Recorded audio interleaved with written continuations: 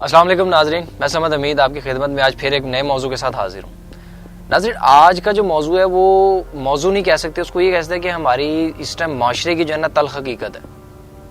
ناظرین، بیٹا ہو یا بیٹی، کب بدلے گا ہمارے سوچنے کا انداز؟ ناظرین، دنیا چاند پر جا چکی ہے، لیکن ہمارے دیہات یہاں تک کہ شہروں تک میں آج بھی عورت کو صرف اس لیے کم سمجھا جاتا ہے کیونکہ اس نے بیٹی کو پیدا کیا۔ کیا بیٹی ہونا جرم ہے؟ میں آپ سے یہ سوال کرتا ہوں، آپ بتائیے، کیا بیٹی ہونا واقعی ایک جرم ہے؟ ناظرین، بیٹی کی پیدائش پر گھروں میں سناٹا چھا جاتا ہے، ساس کا منہ لٹک جاتا ہے، نند آپ کو نظر انداز کرنے لگ جاتی ہے، دیور اور جیٹھ آنکھیں چراتے ہیں، اور شوہر وہ خاموش ہو کر عورت کو ایسے دیکھتا ہے جیسے کہ اس نے کچھ غلط کیا ہو۔ بیٹے کی پیدائش پر خوشیاں منائی جاتی ہیں، مٹھائی بانٹی جاتی ہے اور ماں کو شاباش ملتی ہے۔ بیٹی کی پیدائش پر سوال اٹھتا ہے، اپنی ماں پر گئی ہے، بیٹی ہی پیدا کرے گی۔ کیا یہ ہمارا علم ہے یا اسے جہالت کہیں گے؟ ناظرین، ایسی سوچ اور باتوں سے کہیں آپ گناہگار تو نہیں ہو رہے؟ ناظرین، اب سچ جان لیجئے، بیٹی ہو یا بیٹا، اس کا فیصلہ عورت نہیں کرتی، قدرت کرتی ہے۔ قدرت نے عورت کو صرف ایک سیل دیا ہے جسے ایکس سیل کہتے ہیں، جبکہ مرد کو 2 سیلز دیے ہیں، ایکس اور وائی۔ جب مرد کا ایکس سیل عورت کے سیلز کے ساتھ ملتا ہے تو لڑکی پیدا ہوتی ہے، اور جب مرد کا وائی سیل عورت کے سیل کے ساتھ ملتا ہے تو لڑکا پیدا ہوتا ہے۔ یعنی لڑکی ہو یا لڑکا پیدا ہو، کرنے کا مکمل اختیار مرد کے سیلز پر انحصار کرتا ہے، نہ کہ عورت پر۔ ناظرین، یہ فیصلہ بھی انسان نہیں، قدرت کا ہوتا ہے۔ جب ہم عورت کو الزام دیتے ہیں تو ہم یہ بھول جاتے ہیں کہ ہم اس کو غلط نہیں کہہ رہے، ہم قدرت کو جھٹلا رہے ہیں۔ بیٹی بوجھ نہیں ہے، بیٹی رحمت ہے۔ بیٹی ماں باپ کا مان ہوتی ہے، وہ گھر کو جوڑتی ہے، سنوارتی ہے۔ بیٹی بہن بن کر بھائی کی تربیت کرتی ہے، بیوی بن کر اپنے خاوند کو سنبھالتی ہے۔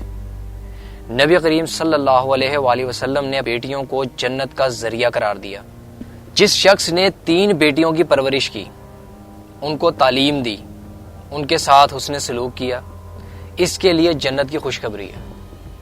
ناظرین، ہماری سوسائٹی میں بیٹے کی خواہش صرف ایک وجہ سے کی جاتی ہے کہ وہ نام روشن کرے گا، وارث ہوگا، بڑھاپے کا سہارا بنے گا، لیکن یہ حقیقت نہیں ہے۔ بے شمار بیٹے ہیں جو ماں باپ کو تنہا چھوڑ دیتے ہیں، وہیں بیٹیاں جنہیں ہم نظر انداز کرتے ہیں وہ ماں باپ کا آخری وقت تک سہارا بنتی ہیں۔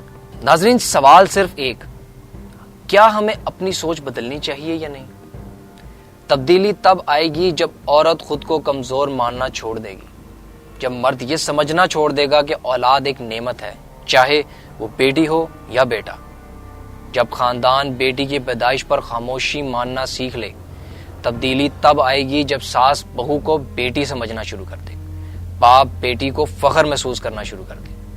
سب سے بڑھ کر جب ہم سچائی کو مان کر عورت کو الزام دینا بند کر دیں۔